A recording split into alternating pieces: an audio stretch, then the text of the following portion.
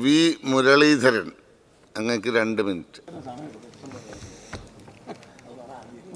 Sir, ഞാൻ ഈ ധനബില്ലിനെ എതിർക്കുകയാണ്.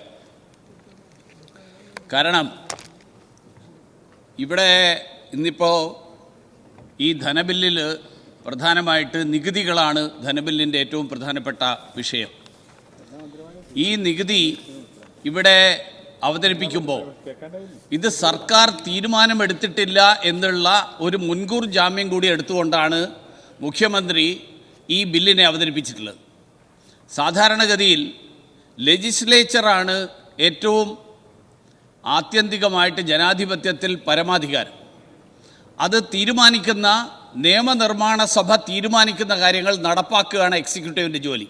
പക്ഷേ ഇവിടെ വന്നിരിക്കുന്നത് എക്സിക്യൂട്ടീവ് നാളെ തീരുമാനിക്കും, ലെജിസ്ലേച്ചർ എടുക്കുന്ന തീരുമാനം ഏതൊക്കെ നടപ്പിലാക്കണം നടപ്പിലാക്കണ്ട എന്നുള്ളത്, ഏത് തീയതി മുതൽ നടപ്പിലാക്കണം എന്നുള്ളത് എക്സിക്യൂട്ടീവ് തീരുമാനിക്കുമെന്നാണ് പറഞ്ഞിരിക്കുന്നത്.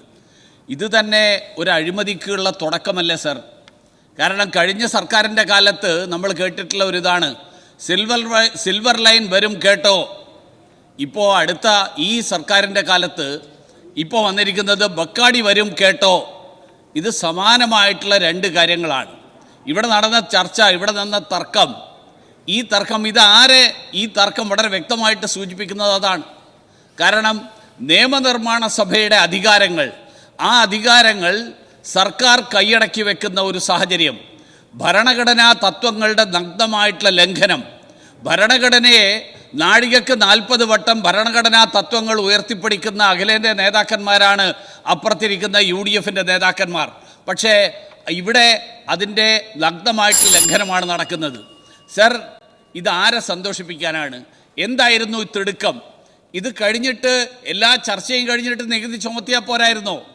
ഈ നഗ്നമായിട്ടുള്ള ഭരണഘടനാ തത്വങ്ങളുടെ ലംഘനം, ആ ലംഘനം നടത്തിക്കൊണ്ട് ഈ നികുതി അടിച്ചേൽപ്പിക്കുന്ന ഈ സമീപനത്തെ, ഈ നിയമനിർമ്മാണത്തെ ഞാൻ എതിർക്കുകയാണ്. അതുകൊണ്ട് ഈ ധനകാര്യ ബില്ലിനെ എതിർത്തുകൊണ്ട് ഞാൻ അവസാനിപ്പിക്കുന്നു. നമസ്കാരം.